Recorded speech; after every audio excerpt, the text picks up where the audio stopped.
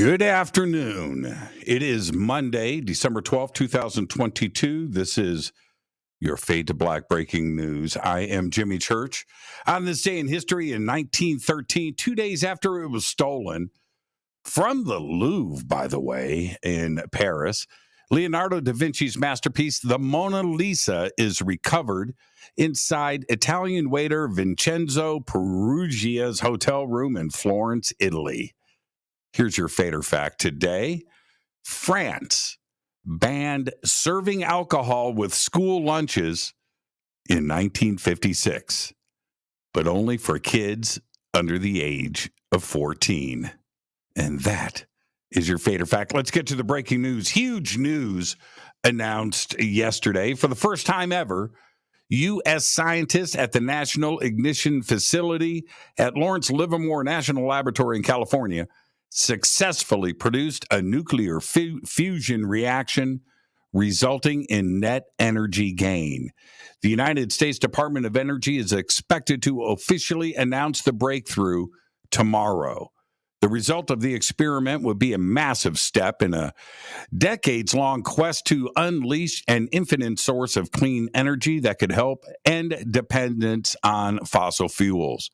Researchers for decades have attempted to recreate nuclear fusion, replicating the fusion that powers the sun. U.S. scientists fired pellets that contain a hydrogen fuel into an array of 200 lasers, essentially creating a series of extremely fast, repeated explosions at the rate of 50 times per second. Absolutely incredible. Is fusion here? It appears to be the case. Well, NASA has selected Collins Aerospace to design new spacesuits for the ISS. The space agency awarded Collins Aerospace a $97.2 million contract to develop a new spacewalking system to use outside of the space station. The company is tasked with designing and developing a new generation spacesuit and demonstrating the use of this suit in a simulated space environment on Earth by January 2024.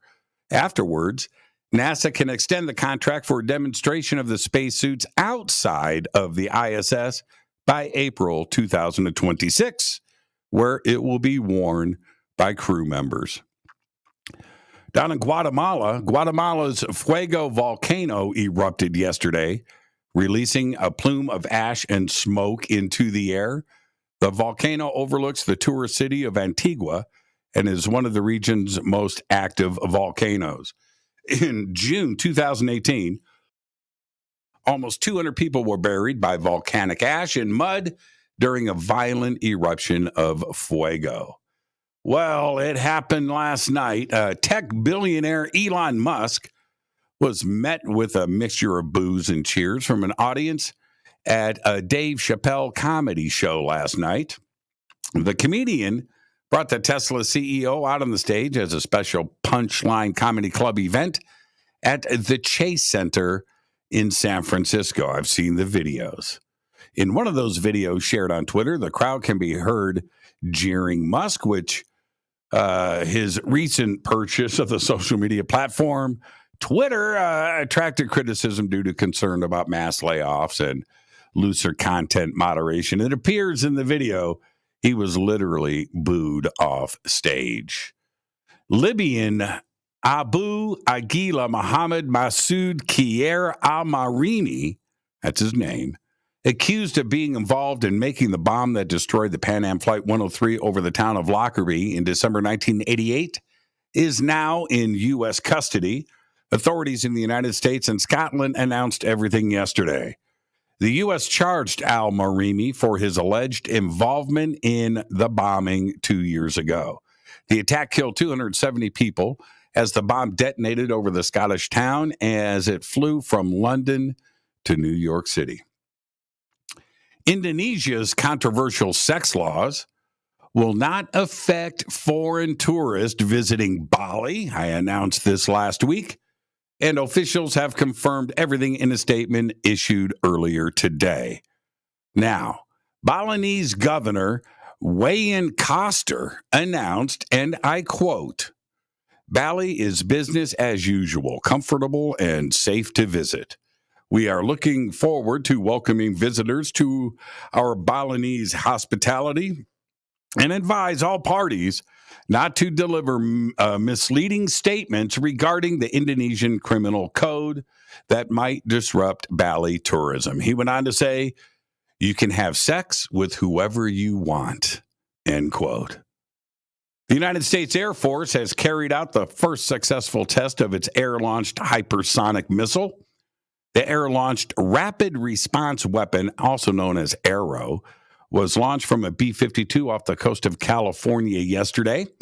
And the AGM-183A missile achieved hypersonic speeds more than 5 times the speed of sound, and it detonated in the terminal area, the 96 Test Wing said. All of the objectives of the test were met, according to the Air Force. And finally, I will leave you with this. The season finale of The White Lotus aired last night. It was pretty intense, man. Almost had a heart attack. And I'll leave all of that right there. But if you are one of the few that haven't watched this series, it's on HBO Max. And I suggest you binge season 1 and season 2 now. That's it. That's all of your Fade to Black breaking news for this Monday, December 12th, 2022. Breaking news is produced by Renee Newman, and I am Jimmy Church. Yes, that's right. And